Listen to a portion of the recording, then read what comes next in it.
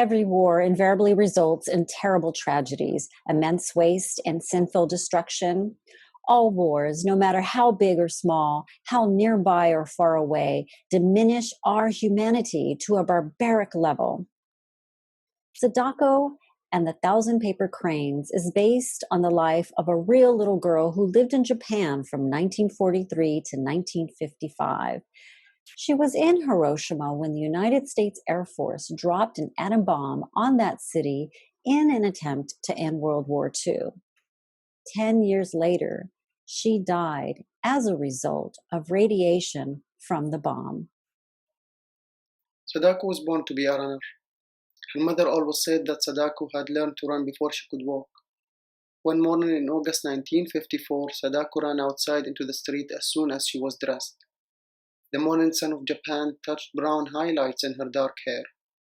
There was not a speck of cloud in the blue sky. It was a good sign. Sadako was always on the lookout for good luck signs. Sadako's mother looked sternly at Sadako. "You are 11 years old and should know better," she scolded. "You must not call it a carnival.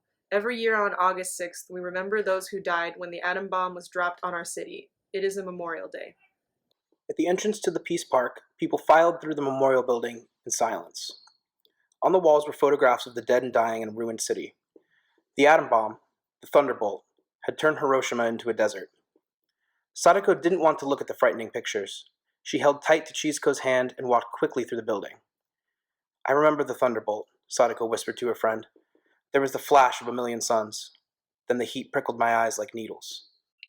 Sadako's father prayed that the spirits of their ancestors were happy and peaceful. He gave thanks for his barber shop. He gave thanks for his fine children. And he prayed that his family would be protected from the atom bomb disease called leukemia.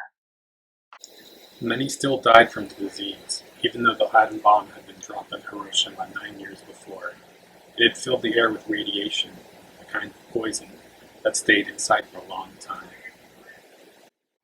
"I figured out a way for you to get well," Chizuko said proudly. "Watch." She cut a piece of gold paper into a large square. In a short time, she had folded it over and over into a beautiful crane. Sadako was puzzled. "But how can that paper bird make me well?" "Don't you remember that old story about the crane?" Chizuko asked. "It's supposed to live for 1,000 years. If a sick person folds 1,000 paper cranes, the gods will grant her wish and make her healthy again." She handed the crane to Sadako. "Here's your first one." Sadako's eyes filled with tears. How kind of Chizuko to bring a good luck charm, especially when her friend didn't really believe in such things. Sadako took the golden crane and made a wish. The funniest little feeling came over her when she touched the bird. It must be a good omen. With the golden crane nearby, she felt safe and lucky. Why, in a few weeks she would be able to finish the 1,000. Then she would be strong enough to go home. As Mrs. Sasaki tiptoed out of the room, she whispered a poem she used to say when Sadako was little. "O flock of heavenly cranes, cover my child with your wings." As Sadako grew weaker, she thought more about death. Would she live on a heavenly mountain? Did it hurt to die? Or was it like falling asleep? Sadako Sasaki died on October 25, 1955. Her classmates folded 356 cranes so that 1,000 of them were buried with Sadako. In a way, she got her wish. She will live on in the hearts of the people for a long time. A folded crane club was organized in her honor. Members still place thousands of paper cranes beneath Sadako's statue on August 6th, Peace Day. They make a wish, too. Their wish is engraved on the base of the statue. This is our cry.